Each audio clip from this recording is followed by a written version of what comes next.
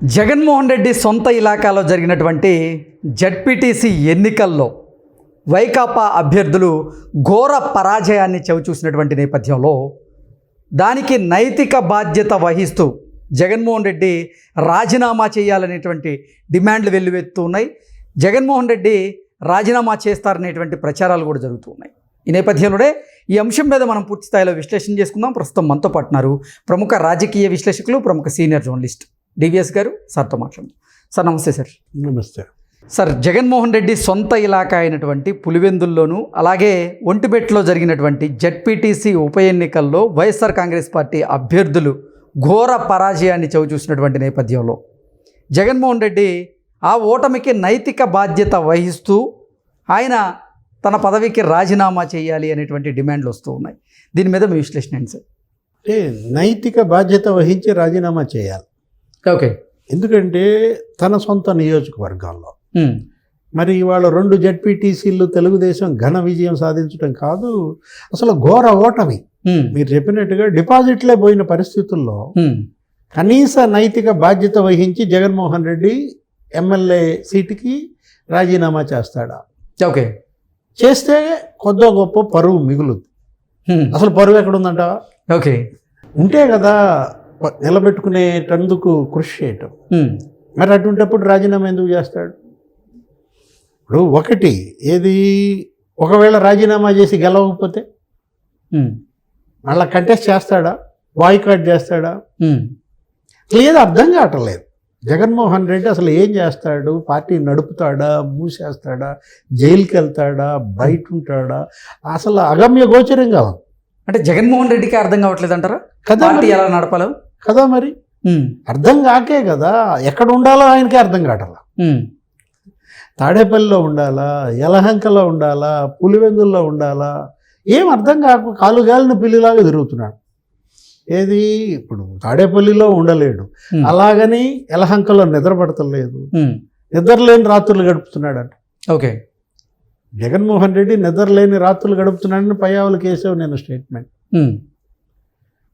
ఒక రాజకీయ నాయకుడిగా నువ్వు చేయాల్సింది చేయలేదు.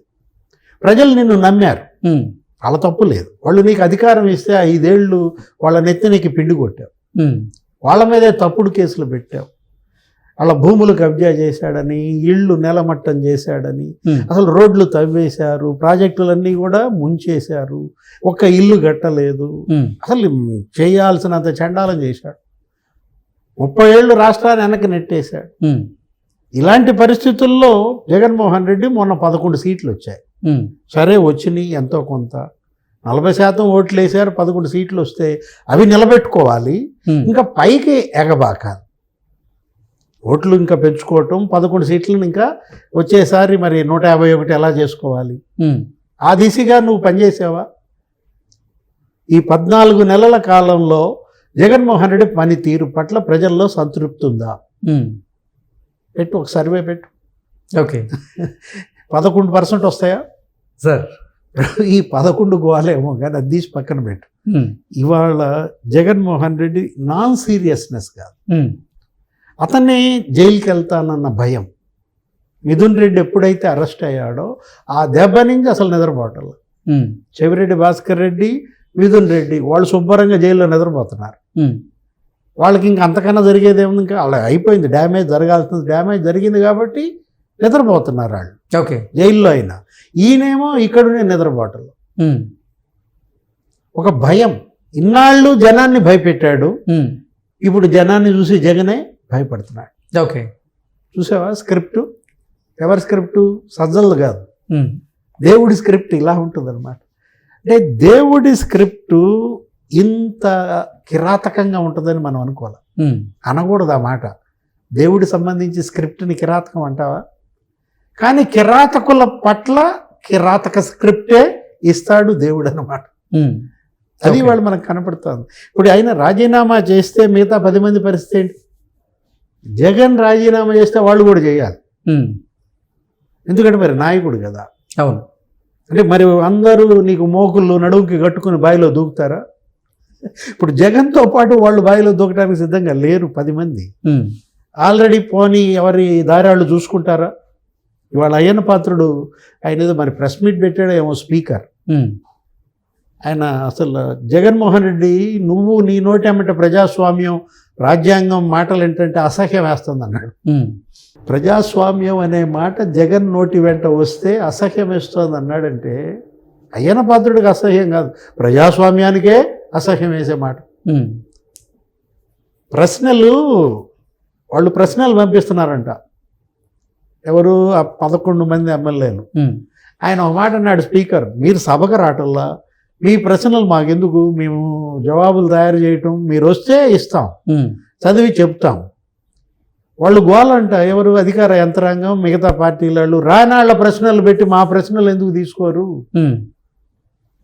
ఆ మెంబర్షిప్ ప్రకారం వాళ్ళకున్న స్ట్రెంగ్స్ ప్రకారం వీళ్ళకి ఎన్ని ప్రశ్నలు వస్తాయి, 2 ప్రశ్నలు వస్తాయి. ఎవరికి, వైసీపీ ఎమ్మెల్యేలకి.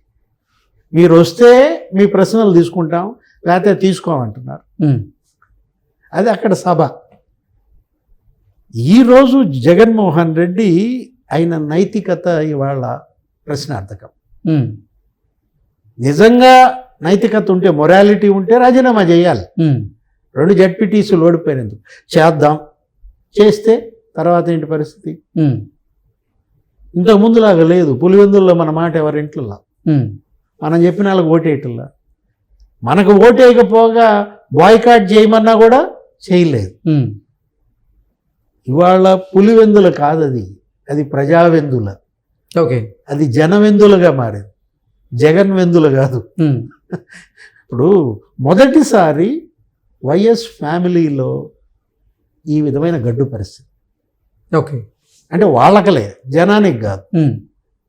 రాజశేఖర్ రెడ్డి, వివేకానంద రెడ్డి, రాజారెడ్డి అసలు వాళ్ళు చెప్పిందే వేదం, వాళ్ళ మాట శిలా శాసనం. కానీ జగన్ ఒక జోకర్. ఇవాళ జగన్మోహన్ రెడ్డి ఒక జోకర్గా మారిన పరిస్థితుల్లో ఒకవేళ అతను కనుక అసెంబ్లీకి రాజీనామా చేస్తే షర్మిల్ రెడీగా ఉంది, కాంగ్రెస్ తరపున వేస్తుంది. ఓకే, బీటెక్ రవి రెడీగా ఉన్నాడు, తెలుగుదేశం, బీజేపీ, జనసేన తరపున వేస్తాడు. అంటే ఫైట్ షర్మిల వర్సెస్ బీటెక్ రవే. ఓకే, అంటే జగన్మోహన్ రెడ్డి స్థానం ఎక్కడ? జడ్పీటీసీలోనే డిపాజిట్లు పోతే నువ్వేమో ఆయన రాజీనామా చేస్తాడండి, ఆయన రాజీనామా చేసి కూడా డిపాజిట్లు పోగొట్టుకోమంటావా? మరీ అంత తెలివి తక్కువాడా జగన్మోహన్ రెడ్డి? ఓకే, అంటే అటు సభకెళ్ళడు, ఇటు రాజీనామా చేయడు, త్రిశంకు స్వర్గంలో పులివెందులను పెడతాడు. ఓకే, నువ్వు రాజీనామా చేస్తే చక్కగా వాళ్ళ ప్రజాప్రతినిధులు వాళ్ళు గెలిపించుకుంటారు, వాళ్ళ సమస్యలపైన అక్కడ సభలో మాట్లాడతారు, వాళ్ళ సమస్యలు పరిష్కరిస్తారు. అబ్బే, పగబట్టాడు. జగన్ పగ ఎలా ఉంటుందో ఇప్పుడు పులివెందుల ప్రజలకి అర్థమవుతారు. Okay, okay sir, thank you so much.